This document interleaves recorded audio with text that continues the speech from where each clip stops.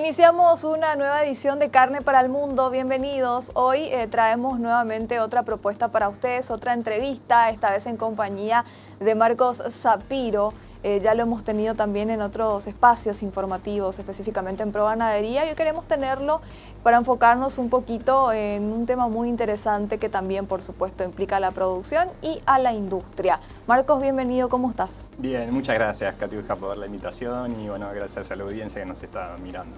Bueno, la idea hoy, como ya lo hablábamos también, es hablar un poquitito acerca de la producción de carne con este método, con este sistema de ganadería regenerativa, un método que, como ya me habías mencionado también fuera de cámaras, es bastante antiguo, ¿verdad? Pero que sin embargo ahora es como que se trae también a consideración de la producción ganadera en general, al menos aquí en Paraguay, teniendo en cuenta también un sinfín de factores que quizá vayan influyendo en esa curiosidad también que hay en la ganadería regenerativa, ¿verdad? Entonces nos gustaría conversar contigo específicamente de esto, de la ganadería regenerativa y la producción de carne con este sistema. Bueno, bárbaro. Sí, claramente nosotros estamos desarrollando este sistema ya hace 3 años de ganadería regenerativa y básicamente, digamos, lo que nosotros estamos enfocados es en básicamente generar un compuesto adaptado a nuestro medio, a nuestro entorno, y eso en general va de la mano con lo que es un biotipo, un tamaño más moderado, ¿no? Bueno, eso es un poco, digamos, las cuestiones que nosotros venimos a desarrollar. Estamos introduciendo una raza adaptada mayona, que es un Bos taurus africano. Y bueno, pretendemos, digamos, buscar eso, ¿no? Buscar, digamos, estas características de adaptación de la naturaleza, digamos, como para tener un animal más adaptado y que nos ayude a disminuir los costos, ¿no?, de la operación, que eso es lo que todo el mundo está buscando hoy en día, digamos, disminuir los costos y no producir menos, sino producir más, pero a favor de la naturaleza siempre, ¿no? Mencionabas vos a un tipo de animal en específico, pero ¿se puede hacer ganadería regenerativa con otras razas, con otros biotipos de animales que también existen en nuestro país? Sí, claro, o sea, nosotros tenemos una base de vacas Brangus que compramos, digamos, de terneras, ahora ya tienen 2 años, casi 3, y se puede hacer con cualquier raza en realidad. La idea, digamos, uno siempre tiene que arrancar por donde está, como está, con lo que tiene, digamos. Nosotros no es que decimos tienen que vender el ganado y comprar otro ganado, digamos, ¿no? O sea, nosotros arrancamos con Brangus, es una raza muy buena, tiene cierto tipo de adaptación, digamos, bueno, básicamente, digamos, nosotros damos un entorno semiárido, eso quiero aclarar, porque llueve solo 500 milímetros a 600 al año. Entonces, bueno, es un entorno subtropical y tiene sus dificultades. Necesitamos generar más adaptación, ¿no? El Brangus, digamos, tiene cierta adaptación, pero nuestro sistema también conlleva ciertos desafíos, ¿no? Y estamos tratando de, digamos, de trabajar como trabaja la naturaleza. O sea, básicamente, digamos, cómo se desarrolla la fauna de nuestro entorno, digamos. Eso es lo que nosotros queremos replicar, ¿no? Que tener un animal que no requiera tanto de nosotros, que tenga bajo requerimiento nutricional, que se mantenga bien todo el año y que no tengamos que estar mimándolo todo el tiempo, ¿no? Que eso es básicamente, digamos, aumentar los costos de producción, ¿no? Cuando uno tiene, digamos, que poner mucho de asistencia, tanto personal o sanitario, o nutrición, ¿no? Que bueno, vemos que los costos también van aumentando, y teniendo un ganado adaptado, digamos, mejoramos todo lo que son los costos, y básicamente el objetivo, digamos, es maximizar la rentabilidad sustentable por hectárea. Sustentabilidad, una palabra importante más en estos tiempos en donde también la rentabilidad se está volviendo un problema quizá en la ganadería. Los números no van cerrando para muchos productores. Esto también lo venimos hablando, se viene viendo, por supuesto, esta relación producción-industria. De repente los números no van cerrando. ¿Qué tan difícil está siendo actualmente para el productor justamente esta tarea, producir o criar animales para producir carne? Sí, tal cual. Y justamente la ganadería regenerativa da esta respuesta, porque la idea, digamos, es generar un biotipo adaptado de una talla moderada, que, digamos, pueda dar un ternero quizás más grande para la industria, ¿no? O sea, cuando nosotros generamos una vaca que es muy fértil y que tiene, digamos, los criterios de selección, de adaptación, que tenga, digamos, facilidad de parto, por ejemplo.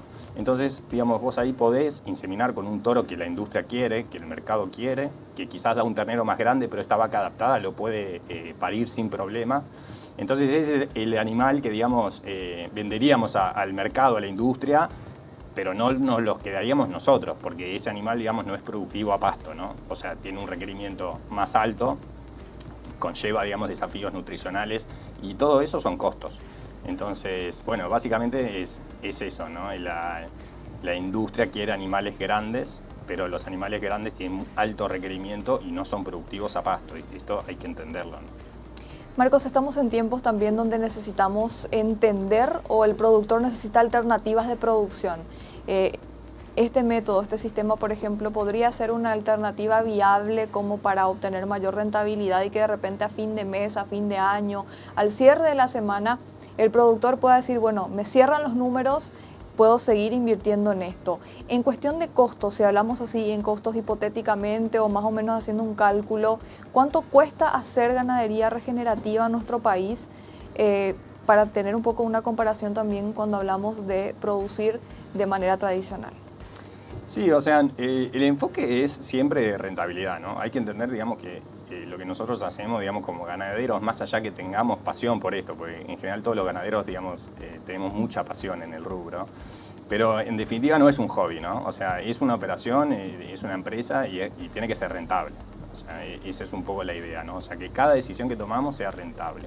Entonces, digamos, mejorando la adaptación, disminuyendo los costos, uno es más rentable, digamos, ¿no? Porque básicamente, digamos, no tiene que intervenir tanto porque el animal está adaptado al ecosistema, ¿no? Ese es el objetivo, ¿no? Obviamente nosotros, digamos, recién introducimos una raza adaptada, que no son solo razas, son también individuos. Hay mucha diferencia, digamos, dicen que hay más diferencia entre razas que entre individuos de la misma raza, ¿no? O sea, básicamente, digamos, hay muchos individuos inadaptados en todas las razas y hay que tratar, digamos, de identificar los adaptados y usar esos. Que esos son los que nos van, digamos, a ir avanzando genéticamente. Ahora, ¿cómo hacemos, digamos, para disminuir estos costos y también, digamos, acceder al mercado, ¿no? Porque obviamente el mercado tiene ciertas exigencias y eso hay que entenderlo, ¿no? Hay que conocer, digamos, las exigencias del mercado y tratar, digamos, de producir, pero nunca olvidarnos de nuestros costos y de nuestra operación, porque, o sea, los productores y casi todos los productores en Paraguay trabajan con pasto, ¿no? O sea, producen a pasto. Y producir a grano, digamos, va un poco en contra de la filosofía de la ganadería regenerativa, porque el rumiante no está diseñado para comer grano, o sea, es un rumiante y tiene que comer pasto, no es un cerdo. Entonces, bueno, un poco de eso es la idea, ¿no? Digamos, ir generando animales adaptados a pasto y bueno, también tratar, digamos, de conllevar estas situaciones de precio disminuyendo nuestros costos. Y bueno, y básicamente, digamos, la industria lo que quiere es un animal más grande. Obviamente, digamos, en la industria vos tenés, digamos, una cadena. El productor de cría y recría, digamos, es el principal en la cadena, pero es el que está abajo. Es una realidad, ¿no? O sea, no controla el precio es muy dinámico. Y nosotros, digamos, es como la lluvia, nosotros no podemos controlar la lluvia y el precio es exactamente igual, digamos, y así es como nosotros deberíamos de tratarlo. ¿Y cómo hacemos, digamos? Entonces, bueno, miramos hacia adentro, en puertas hacia adentro en el campo para producir lo más económico posible con ganado adaptado.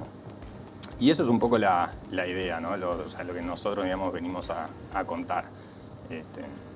¿Qué se necesita para arrancar? Yo, por ejemplo, quiero arrancar mi negocio con este sistema de ganadería regenerativa. ¿Qué necesito para iniciar?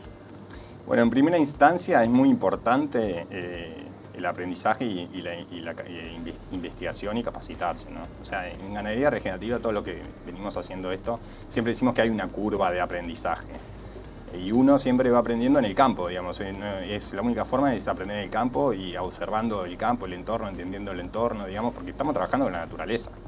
Esto no es matemática, digamos, ¿no? En ganadería regenerativa 1 más 1 no es 2, puede ser 3, 4, o sea, hay muchas variables, nosotros no las manejamos, digamos, y hay que conocer el entorno. Entonces, cualquiera, digamos, que quiera emprenderse puede empezar a investigar. Hay muchos videos en YouTube, hay capacitaciones, hay cursos. Nosotros también muchas veces recomendamos cursos que no damos nosotros, pero que sí son muy buenos, de asesores o especialistas, digamos, productores como Jaime Elizondo, que es una eminencia en la ganadería regenerativa, que bueno, tiene un curso al respecto, ¿no? Y bueno, mucha gente nos va preguntando por las redes cómo puedo capacitarme. Entonces, bueno, yo recomiendo libros, recomiendo cursos, pero sí, hay que investigar mucho y capacitarse y también no acelerar los procesos, ¿no? O sea, empezar de a poco, capaz que, digamos, haciendo una transición o haciendo pruebas en un área chica, con un lote específico, digamos, y a medida que uno se va convenciendo y que el personal también del campo se va convenciendo, bueno, se van viendo las mejoras, ¿no? Y es un poco eso, es una transición, ¿no? No es de un día a otro, pero sí que todo el mundo puede empezar y empezar a capacitarse y empezar a explorar todo esto, ¿no? Porque son, digamos, conocimientos totalmente diferentes y un cambio de paradigma en muchas cosas que son bastante distintas a lo que es la ganadería convencional. ¿Tiene que ver la cantidad de hectáreas, por ejemplo, que tenga el productor o eso es independientemente al sistema? No, es independiente, o sea, esto lo puede hacer un productor chico con una vaca, lo puede hacer, o lo puede hacer con 50 o con 10.000 cabezas, o sea, es exactamente lo mismo. Lo que pasa es que obviamente, digamos, cuando tenés un establecimiento muy grande y muchas cabezas, obviamente la transición es más lenta, ¿no? Porque hay un costo de inversión en agua, por ejemplo, o sea, tenemos que tener el agua cerca, la idea es que no esté más de 1 kilómetro, digamos, para el agua. Nosotros tratamos de poner el agua lo más cerca posible. En el Arrayán estamos caminando 250 metros al agua y la idea es llegar, digamos, un poco más cerca en el potrero para generar más impacto. Entonces, bueno, esos son, digamos, costos de infraestructura de operaciones grandes, pero básicamente, digamos, un productor que tiene una vaca le puede poner una estaca y el animal, digamos, come alrededor de la estaca, ¿no? Y después cuando termina ahí, mueve la estaca y así va, es como cambio de potrero, ¿no? O sea que se puede hacer desde una vaca hasta, no sé, de todas las vacas, digamos, no hay un límite en esto, ¿no? Bueno, Marcos, vamos a hacer una breve pausa con esto. A la vuelta quiero hablar un poquito también de la relación productores, industria y enfocarnos un poco también en los mercados, en experiencias de otros países, en modelos principalmente y de otros temas más. Así que vamos a hacer ahora nosotros una breve pausa en Carne para el Mundo. Ya volvemos.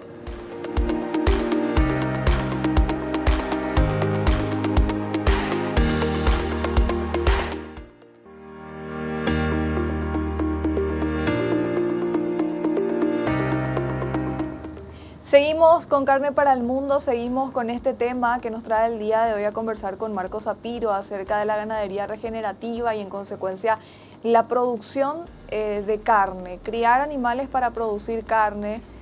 Marcos, ya hablábamos un poquito del sistema también en el bloque anterior y ahora me gustaría que hablemos también desde tu punto de vista como productor de cómo ves la situación en general de la ganadería. Ya sabemos que no está siendo nada fácil para el productor obtener esa rentabilidad de precios. Hemos tenido una inestabilidad bastante continua en estos últimos tiempos, un año bastante complicado quizá también para las exportaciones de carne. Entonces, ya que vos estás de uno de esos lados del eslabón de la producción, en este caso, ¿qué es lo que ves? ¿Cómo se vive en el campo esta situación que nosotros compartimos día a día en las noticias? Sí, o sea, yo hablo con productores constantemente, estoy en muchos grupos y bueno, mucha gente también, digamos, me hace comentarios sobre lo que está sucediendo, obviamente, y bueno, y uno, digamos, desde el punto de vista de uno, es como que trata, digamos, de llevar la situación de, digamos, los productores, la realidad no la están pasando bien, ¿no? Eso es algo que hay que tener en cuenta, ¿no? Los precios vienen bajando, cada vez los costos son más altos, los costos de alimentación cada vez son más altos, los costos operativos, y bueno, y los productores, o sea, tienen cierta incertidumbre, ¿no? Están, digamos...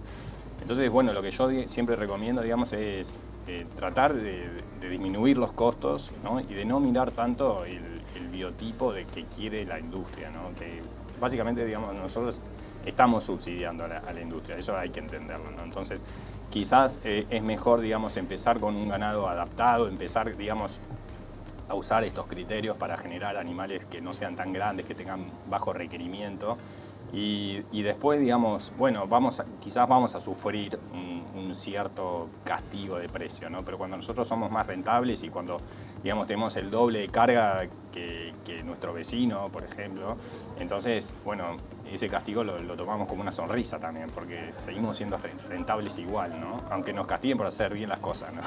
Eso quiero aclarar. Pero sí, es una realidad, digamos, los precios están bajando. La gente, digamos, está pensando que para ganar más tiene que producir más con más costos, que no es, digamos, un buen resultado, porque hay mucho más riesgos en juego, financieros o lo que fuese, ¿no? O sea, producir más no quiere decir ser más rentable, ¿no? Cuando uno produce más y no de la forma correcta, los costos también aumentan. Entonces es esto de producir, digamos, disminuyendo los costos, pero no producir menos. Producir, digamos, más, pero con menores costos, ¿no? Y todo esto es en base, digamos, a los criterios de la ganadería regenerativa para trabajar con la naturaleza. O sea, nosotros vemos que nuestro venado en el Chaco Seco no necesita asistencia de partos, no necesita sanidad, no necesita nada, está siempre en buen estado. Y esto quiere decir porque básicamente, digamos, la naturaleza está haciendo un proceso de selección natural, digamos, ¿no? Sobrevive el más fuerte, sobrevive el más fértil. Entonces, esto mismo es lo que nosotros tenemos que replicar en nuestros campos, ¿no? O sea, como dice Johann Sitzmann, digamos, acelerar el proceso de selección natural y acelerarlo justamente porque nosotros no tenemos los tiempos de la naturaleza. Entonces, ¿cómo los aceleramos? Bueno, con individuos adaptados y a través de la tecnología de inseminación. Entonces, así avanzamos, digamos, con criterios de guías de selección, vamos avanzando muy rápido con esta, digamos, tecnología de inseminar, ¿no? Inseminar y seleccionar nuestros propios toros adaptados para que todo el hato sea inseminado, ¿no? Tenemos por un lado a los productores, por el otro lado a la industria. Al fin y al cabo, todos forman parte de una misma cadena y una misma cadena que tiene el objetivo de generar divisas, de hacer estos trabajos para ingresar a mayores mercados. Justamente ahora que cerramos el último mes, teníamos también la información de que Brasil ya había superado a Paraguay como principal proveedor de carne a Chile. Ingresando un poco a este tema de mercados, Marcos, y también escuchando un poco al productor, ¿cuál es tu opinión en cuanto a esto, a los mercados que tiene actualmente nuestro país? Considerando también que muchas veces el pedido es de uno en específico, que sabemos todos que es el de China continental. Hablamos de que lo que está pasando ahora mismo en China, quizá con una mayor demanda, está influyendo en el resto del mundo. Al final de cuentas es como el árbitro que viene a marcar los precios o la tendencia alcista o bajista en el resto del mundo, por así decirlo. Sí, totalmente, como decís, Katioka, o sea, los mercados son los que tenemos. Tampoco no lo podemos controlar, es otra de las variables que no podemos controlar, pero sí, digamos, sería interesante alguna apertura mayor, ¿no? O sea, digamos, China es un mercado muy grande, paga muy bien, digamos, ¿no? Y bueno, obviamente no podemos acceder, pero sí, obviamente sí es interesante, ¿no? Es un mercado muy interesante y que ayudaría mucho, ¿no? Pero bueno, dejando, digamos, un poco el tema ese que nosotros tampoco podemos controlar. Entonces, lo que vemos mucho, digamos, en ganadería regenerativa es sí productores que están tratando de llegar directamente al consumidor, ¿no? De saltear, digamos, un poco esa cadena de la industria y de llegar a las comunidades locales, de proporcionar, digamos, a sus vecinos de un producto, digamos, regenerativo, que cada vez se ve más en distintas partes del mundo, que aporta muchísimos beneficios nutritivos y tiene muchas características, digamos, o sea, la carne que comemos normalmente es una fuente de proteína y de nutrientes espectacular, ¿no? O sea, tiene vitamina B12, o sea, tiene, digamos, es una fuente muy buena, pero la carne de ganadería regenerativa tiene algunos beneficios que la otra carne no tiene. Y bueno, puedo comentar un poco sobre esto, digamos, como por ejemplo la relación de omega 6, omega 3, que es muy bueno para el cerebro y para la antiinflamación, el ácido linoleico conjugado, por ejemplo, que tiene la carne regenerativa, tiene hasta el doble, digamos, y eso es un compuesto que es anticancerígeno. Y bueno, y muchos consumidores, digamos, están queriendo pagar un precio un poco mayor por un producto más nutritivo y más con todo lo que vamos viendo, digamos, bueno, ciertas enfermedades que son, digamos, por alimentación a base de azúcares, alto porcentaje de carbohidratos, procesados y demás, y vienen buscando, digamos, en diferentes partes del mundo y están dispuestos a pagar un precio mayor por este tipo de productos justamente para beneficiarse de estas cuestiones que estoy comentando, ¿no? Y ese es un mercado que también podemos apuntar, digamos, ¿por qué no, digamos, ¿no? Y es algo que se viene, digamos, muchos productores en diferentes partes del mundo ya lo están haciendo. Y bueno, y es eso, digamos, de la conexión con el consumidor, porque muchas veces, digamos, el consumidor compra pero no sabe lo que está comprando y cada vez aparecen consumidores más conscientes que quieren saber qué están consumiendo, que quieren conocer las historias de los productores, que quieren ir al campo y ver cómo se produce, digamos. Es un mercado nuevo y latente y bueno, hay que prepararse porque en algún momento, digamos, va a llegar, ¿no? Hoy en día, digamos, en Sudamérica no está tan presente que el consumidor quiera pagar más por este tipo de producto, pero en otras partes del mundo sí, y bueno, y hay que estar preparado porque, o sea, es el futuro, digamos, ¿no? Yo lo veo así, al menos. Desde tu punto de vista, y ya que estás bien metido en este tema, en este sistema de ganadería regenerativa, Marcos, ¿qué tan importante podría ser la creación del Instituto de la Carne paraguayo, por ejemplo, como para regular un poquito también esto, como para ir marcando las líneas de lo que se puede o no se puede hacer y para dar también quizá mayor impulso a esto que ustedes están haciendo y con una carne, como ya decías, un poco diferenciada también a la carne que tradicionalmente se produce en nuestro país? Sí, o sea, el Instituto de Carne es algo que Paraguay necesita, es algo que todo el mundo quiere, es esa transparencia, digamos, que todos los productores quieren al menos, digamos, tener cerca, ¿no? Digamos, a qué precio se está vendiendo, a qué precio, digamos, se está pagando y demás, pero, digamos, en el momento, ¿no? Como es en el caso de Uruguay. Pero tampoco es la salvación, digamos. El Instituto de Carne es muy importante, digamos, yo no quiero decir, digamos, lo quiero alentar, digamos, ¿no? Porque realmente es algo que necesitamos, pero sí, igual, digamos, aunque haya transparencia, sí también siguen habiendo, digamos, injusticias a los productores, ¿no? El precio nosotros nunca lo vamos a poder controlar, esa es la realidad, digamos, es un mercado muy dinámico y nosotros, digamos, estamos siendo cría, recría, digamos, estamos al final de la cadena, digamos, después obviamente viene, digamos, la invernada, después viene el feedlot, después viene, digamos, el que procesa la carne, que es el frigorífico, y por último el minorista, ¿no? O sea, y nosotros, digamos, como productores, somos un factor fundamental y bueno, y el resto de la cadena, digamos, le va poniendo un valor agregado a ese ternero, digamos, hasta que llega al plato de comida, digamos. ¿Qué necesita el productor hoy en día, Marcos? Así en líneas generales, independientemente de que sea un productor que tenga en su establecimiento un sistema como el de ganadería regenerativa o que tenga un sistema tradicional dentro de lo que es el manejo de sus bovinos para posterior producción de carne, o sea, el sistema que tenga, ¿verdad? ¿Cuáles son esas mayores necesidades que tienen o cómo ves vos desde tu lugar a esas necesidades que tiene el campo paraguayo ahora mismo? Bueno, hay muchas necesidades, ¿no? Pero es esto, digamos, de encontrar individuos adaptados que no se ven en el país, digamos, nosotros estamos paso a paso, digamos, tratando de llegar a eso, ¿no? Johan Sitzman, que es uno de nuestros mentores, digamos, en un momento yo le preguntaba cuántos años necesitaba para generar adaptación a mi entorno. Y él muy fácilmente, o sea, así, tranquilamente me dijo, en una generación. Yo no lo podía creer realmente cuando me dijo una generación, porque todos pensamos que son 3, 4 años, 5 años. La gente ya, o sea, como que dice, no, la genética será o no será.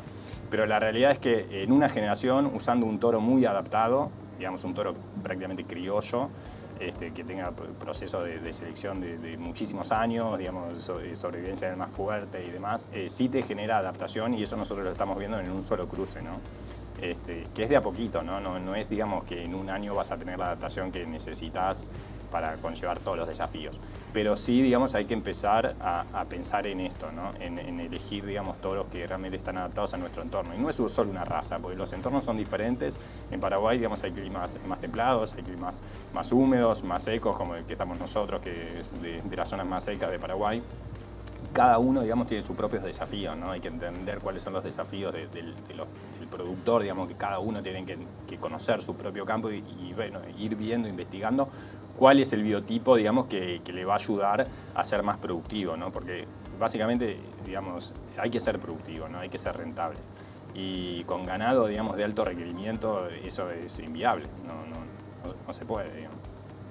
Marcos, yo te agradezco muchísimo el que hayas participado hoy en Carne para el Mundo. Realmente un placer, como siempre, recibirte y poder aportar un poco más también a la audiencia con tus conocimientos desde tu lugar, desde tu experiencia, desde tu perspectiva como productor, ¿verdad? Dentro de un mundo tan inmenso como lo es el mundo cárnico nacional. Así que te agradezco mucho y seguramente próximamente vamos a volver a encontrarnos para hablar de más temas aquí en el canal de la producción. Bueno, muchas gracias, Katiuska, gracias a Canal Pro y bueno, a toda la audiencia que nos está escuchando. Gracias, Marcos. Nosotros vamos cerrando Carne para el Mundo por el día de hoy, como siempre agradeciéndoles a todos ustedes por habernos acompañado. Vamos a encontrarnos como siempre en una próxima edición con otro capítulo más y con otra propuesta, así que los invitamos a estar atentos. Será hasta entonces.